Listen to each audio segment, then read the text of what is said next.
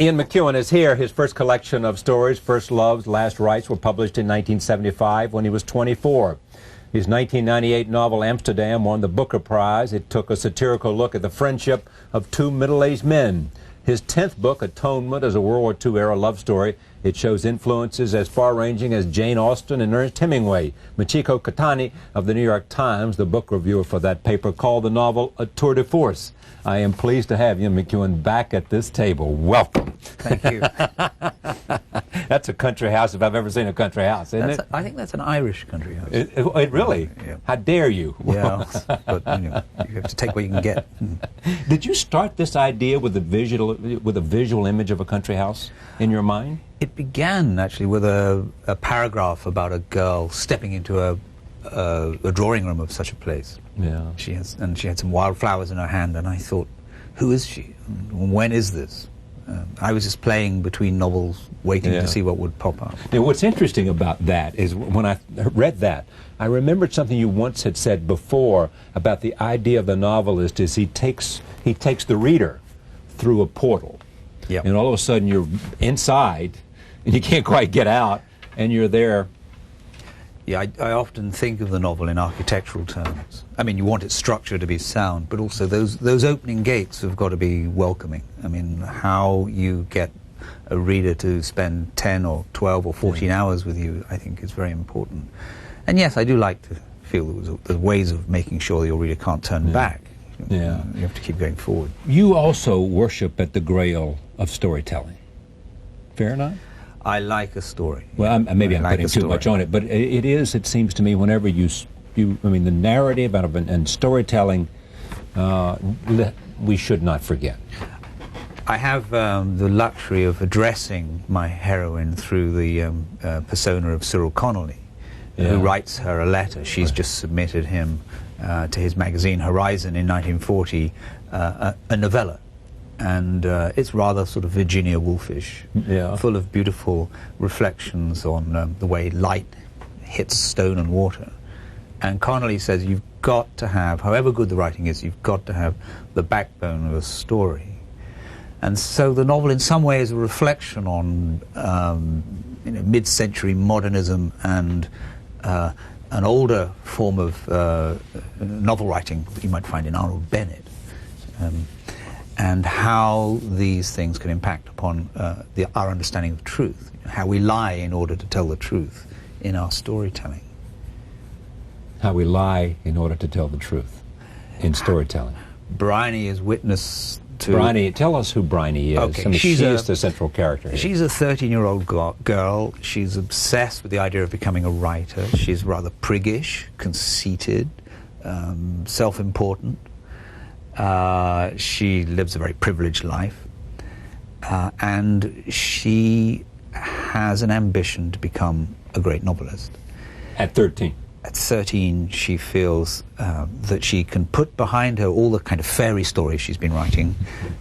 She is now set on the path to becoming a mature novelist, and she witnesses a number of events, a crucial one late at night. And she gets it all wrong. And one of the reasons she gets it all wrong is that she has such a powerful imagination that for her, believing is seeing. Her understanding, her wish for order, too, causes her to completely misunderstand what she's seen and to send not only an innocent man to jail, but to wreck a love affair, which is what the central concern of the other part of this novel is. It's a love story that never quite makes it, like many love stories do. When I interview a novelist, there's always a struggle as to what you tell and what you don't tell. Yeah, I know. I've given up on that. So you've got to help me. But okay, there's a set piece. That's the first set piece. Yeah. The next set piece is Dunkirk, right? Then there's Dunkirk. Then there's Dunkirk, in which this young man who's been fingered by Bryony for a rape he never committed emerges from jail. He joins the army. He's in the infantry, and he is part of the huge debacle of Dunkirk when the German army swept across France, advancing at 60 kilometers a day towards the coast, sweeping through Belgium, coming through the Ardennes, with the one place where everybody said the army could never come, and most of the British soldiers who never fired a shot all swept towards the coast, and The last boat out. Robbie's sort of slogging away with two corporals, trying to reach the coast, and reflecting then, usefully for me as a novelist, on everything that has gone on in between. And really then that is a story within a story, really. I had to find a different kind of language. The first part is written in a rather luxuriant prose. And it's funny how when you write on the battlefield, the subordinate clause is of no use. Yeah. It's the single details, boldly stated, that seem to be the most useful. You did not set out to write a novel about war. No. Or battles, or the observations of someone who sees and feels and experiences all that horror. I knew, all through my writing life, I knew that one day I would try and do justice to my father's experience of Dunkirk. He was a dispatch rider. He rode a motorbike. Right. He got shot up in the legs. He teamed up with another fellow whose arms were useless. Yeah. And between them, they managed the controls of their bike, and they got to the coast. Such a couple actually overtake Robbie on his slog through. Stealing from life, are you? Yeah. Of course. And I knew one of these days I would get to this, and suddenly the structure of this novel opened a great gap, and there it was. And my great regret was that my father was not there to read it. He died in 1996. There he goes. Yeah, but you had a chance to describe. Had you talked to him about that experience? I taped him in 1989. Knowing you'd want to use it, or? I couldn't bring myself to listen to the tape. I've never listened to the tape. Wow. I can't quite. One of these days I will. I know his story so well anyway. Yeah. I don't think there was anything that I missed. But I still can't quite sit down to the reality. He was a Scotsman, very strong Scots accent. Yeah. So I stepped round that one. And Bryony's now back in London. Bryony now 20 years old. It's 5 years on from 1935 when this novel opens. And she, as she gets older, she begins to get the full measure of what she did that night. And part of the beginning of her atonement is to not take her place at Cambridge and follow her older sister Cecilia into nursing. Now Cecilia is the, her sister is the lover of Robbie, right. and it is their love affair that she has wrecked. And so the third part of this novel is about a young woman's experience of training to be a nurse. I had the good fortune of having the Imperial War Museum at my disposal and the marvelous document library up in the dome of that, where you can actually get young girls writing home. Even one letter I saw even had blotches of what looked like tears, because these were, a lot of them very upper-class girls went into nursing. Real homebodies, never been away from home before. Nursing was a very militaristic sort of profession in its in the way it was structured. And suddenly these girls, coming from rather soft backgrounds, were in the most appalling sort of harsh and disciplinarian sort of cultures. And yet at the same time learnt unthinking obedience, which got them through the most appalling scenes when suddenly, as in Bryony's case, the hospital is filled with injured men coming from the front. She doesn't think, she doesn't pause, she just does what she's told. You fall in love with your characters. Okay, love is a bad word, but maybe love. But Bryony, you are sort of, a lot of people who would criticize Bryony, you can't bear to do that, can you? Well, I mean, the whole novel is a form of criticism of her. Yeah, but of course it is. It's true. I have to travel with her for 3 years, and she's my creation. She's my daughter, I suppose. Inevitably, yes, you do fall in love with these characters. You say a wonderful thing about writing novels, which is that it comes at the best time is 2/3 of the way in, because you know where it's going by then. You've gotten to know these people, and they're coming to the crescendo of the rising and falling action and all of that. It's true that writing a novel, well, a novel teaches you how to write it. Yeah. And the learning curve is long and slow. Beginnings are often very difficult. But somewhere past the halfway mark, maybe the two-thirds of the way through, you've learned it all. You know the characters, you know where you're heading, you still have the opportunity for surprises along the way, but you're finally in control. You've learned how to sing this particular song. And I think I'm not alone in this. I think lots of novelists feel this. Those days when they come 500 words, 800 words a day, it's a secret, it's yours, it's building in just the way you want. That is the real pleasure. And when people say, why do you write? I want to say then, how can you not? I mean, how could you not have this pleasure? How could you live without wanting to record, investigate life on these terms? Yet at the same time, I'm always craving to reach the end. I think, oh, if only I finish and my life will be free. And yet, well, how do you know when you reach the end? Well, I think I count the end as when you've made the last change to the galley proofs. Yeah, okay, but that's a process. Yeah. That's not a creative act, is it? Or well, no, you're still changing sentences, yeah. reading them aloud, thinking they don't quite sound, they don't beat right. Yeah, and you do an interesting thing. You read aloud to your wife. Yes. You sit there on the end of the sofa with a glass of wine, a bottle of wine, a glass of wine. It's not quite a bottle of wine each. It's a glass of wine. But and what? This is the first read. This is first draft. Yeah. It all came about because she works in a very busy newspaper office, and yeah. she would come back with what we call tales of the filing cabinet. Guess what? You know, So the stab in the back. You know, guess he's sacked. His copy was terrible.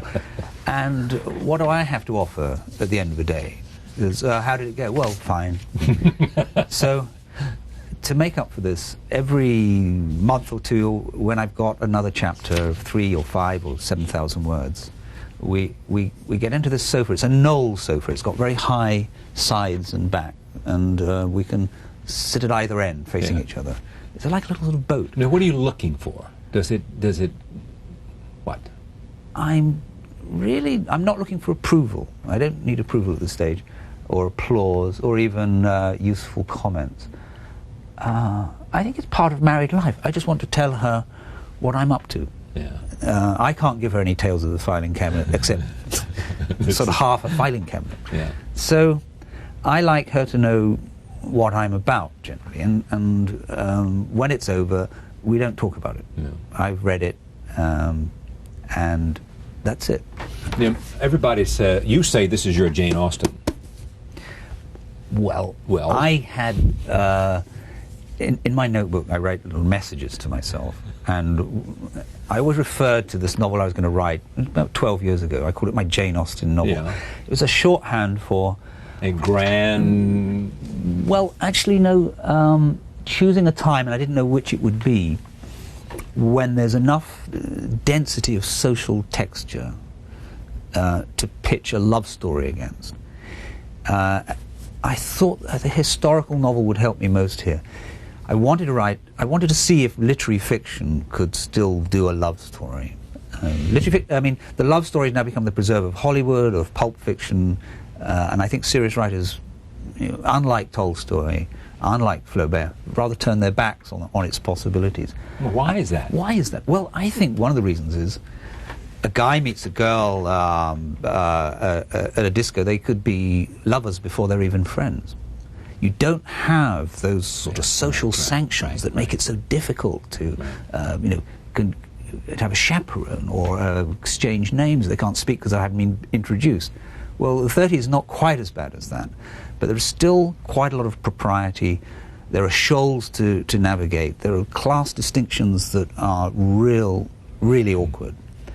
So when I say my Jane Austen novel, I just meant people hampered by rules which they have to cut through. That's all it was. I wasn't really aspiring to write the prose of the great Jane. If only I could. What were you aspiring to? I want to write a love story. Right.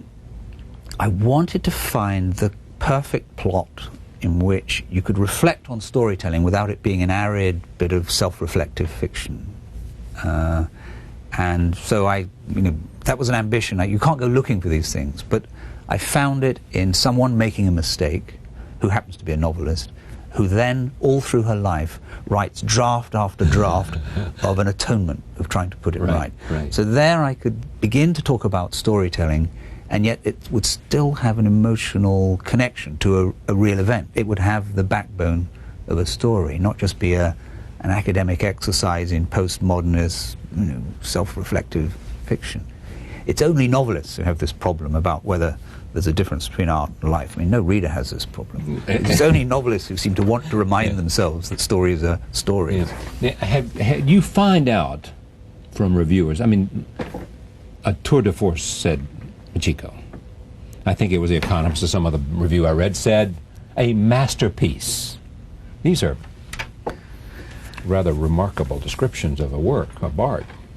Yes, well, I'm not going to go around stopping people. No, you don't want to stop. My point is, do you also find that these people who are so gifted in their powers of analysis also tell you things about your novel you hadn't thought about? No. About connections, about meaning, about themes, about, Sometimes people order their thoughts in ways in which I find that I can take something from it. Sometimes I even borrow.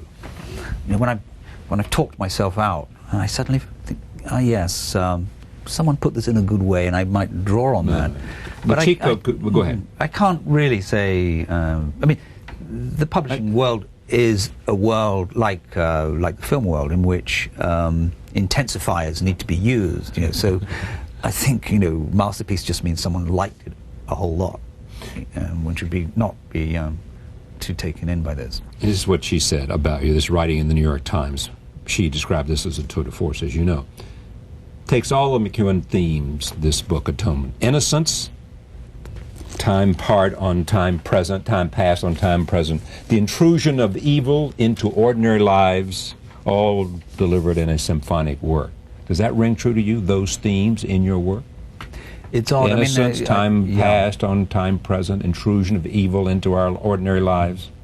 Well, you see, I don't think thematically at all. You don't at all? No. That's what I'm getting at. No, I don't. I think themes are not useful. Resonate with you, or no. I mean, they will be generated by what you do. Yeah. They're the sort of steam that rises off the forest canopy, if you like. The real business is the detail, and you start with a specific thing. It's only in the specific, and it's only. I mean, you have to live in the writing of a sentence. If you thought, well, I'm now going to write a novel about innocence and evil and time present and time past, you would be lost. You would not, or you would write the most pretentious novel you could possibly imagine. Or you would never start. No. Yes. I mean, you'd be overwhelmed. You have to start with something, like a character, like a detail of as I did with a girl with some flowers. Right. Something that just snags on your interest, and you think, I don't know why I'm pulled down this way, but I will investigate this. Slowly the matter unfolds. I thought, now I seem to be at last writing my Jane Austen novel.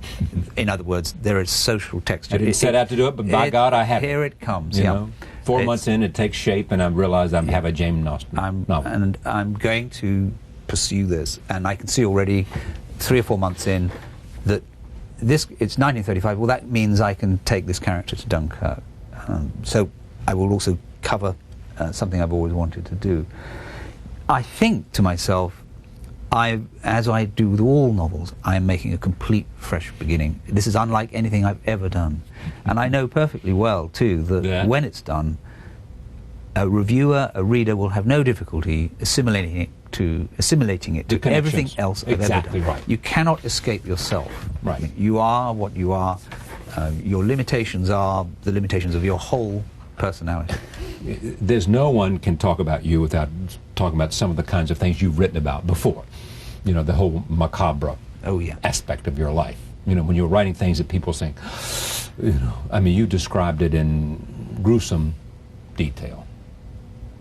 Tell me what that was all about. It came really, I mean, I was, as you said in your introduction, I was quite young. I was in my early 20s when I wrote First Love, Last Rites. Right. And I was very impatient with the state of English contemporary writing. I thought it was rather grey. Right. Nobody cared about sentences. It seemed to be mostly about people's divorces. It's set in sort of upper middle class households, of which I knew nothing, cared even less. It had no drive, no passion, no energy, none of that. And all the passion and energy at that time seemed to be coming from the United States. And about the time, the early 70s, I started reading. They seemed to be completely crazy and brilliant. Portnoy's Complaint. Right. The first Rabbit book of John Updike. Saul Bellows, Ventures of Augie March. They had what? Armies of the Night. They had ambition. Normal.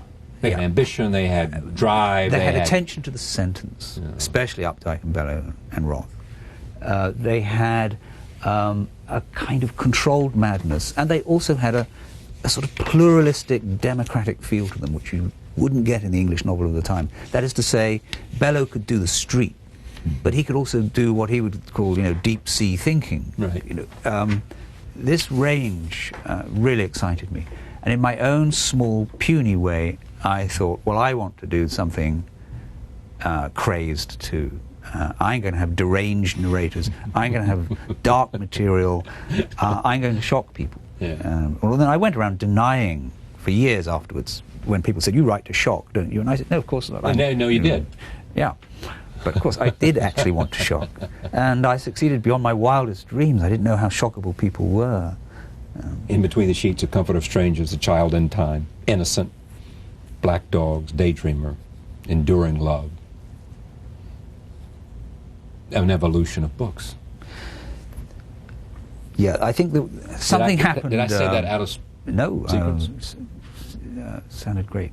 But something happened where? Something happened at the end of the Comfort of Strangers. I felt it was such a dark little novel. And I thought, I've written myself into such a tight corner. Both the Cement Garden and the Comfort of Strangers were really the structure of short stories. And I thought, I've got to get a little more ambitious formally. I've got to get away from this claustrophobic and dark writing. So I wrote a television film with Richard Eyre called The Imitation Game, set in the Second World War, a girl in a code-breaking operation. Right. Then I wrote a political movie called The Ploughman's Lunch, a sort of state-of-the-nation movie with Jonathan Pryce, Richard Eyre directed.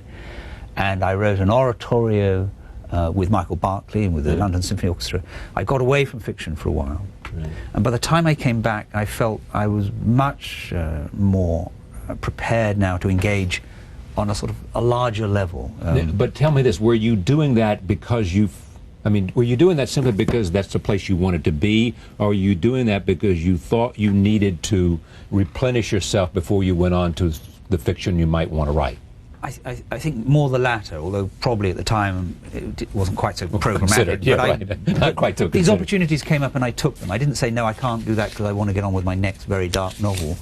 I said, yes, I'd love to write a television film, and yes, let's make a movie, and yes, I'd like to find out how to write an oratorio. And it was a useful shift away, so that by the time I came back to the novel, I wanted it, the next novel I wrote, I wanted to have a richer and warmer human perspective, to be a little more specific in its sort of social context too. And so I began The Child in Time. Right. And I still wanted to write to the edge. I still wanted to think of the worst thing, in a way. I mean, a child snatched in a supermarket, probably as great a tragedy as could happen to parents. But I felt I was about to become a father myself, and by the time I'd written the novel, both the children had been born. It took me 3 or 4 years, and they were both born in that time. And that was the change when I started the got to the end of The Comfort of Strangers and thought, no more. I can't do this anymore. Do you think you're getting better? I mean, most people that I know think this is the best book you've written. Boom. I don't know whether to be pleased or not. Maybe I should be pleased that people don't seem to find any consensus as to what my best book is. And I meet people who say The Innocent is by far your best book, right. and I mean other people who say that you'll never write a better book than The Child in Time or Enduring Love. That's fine by me. And what does Ian say about the responsibility of the novelist to truth? Well, it's very dodgy. You're not a memoirist, you know, you're not a historian, and yet, and you're not a biographer, and yet, in some respect, you're all of these things. You've got to find the emotional truth. And you've got, I mean, this is an investigation of human nature that we've devised for ourselves in this literary form. I think, personally, I tend to think it's the best way we have, because it's... The novel. It's so good at getting into other people's minds. It does tell us what it's like to be someone else, what it's like to be, to have their thought processes. It does that better than the movies, I think. You actually can get inside a head. You've got to do that with a kind of emotional truth. And it all comes down, I think, finally, to being true about the details. And Conrad said in a famous preface to The Nigger of the Narcissus, his only ambition was to make you see. If he could just make you see, then all the rest would fall into place. The morals, the themes. Just make the reader see, then everything else falls into place. And I think that's where the truth has to be. Everything else is secondary. It might even be more important, but it follows as a consequence rather than, as we said earlier, to think thematically at this stage is never useful at all. Ian McEwan, Atonement. Thank you. Thank you. Pleasure to see you. Great talking to you. Thank you for joining us. See you next time. Thank you.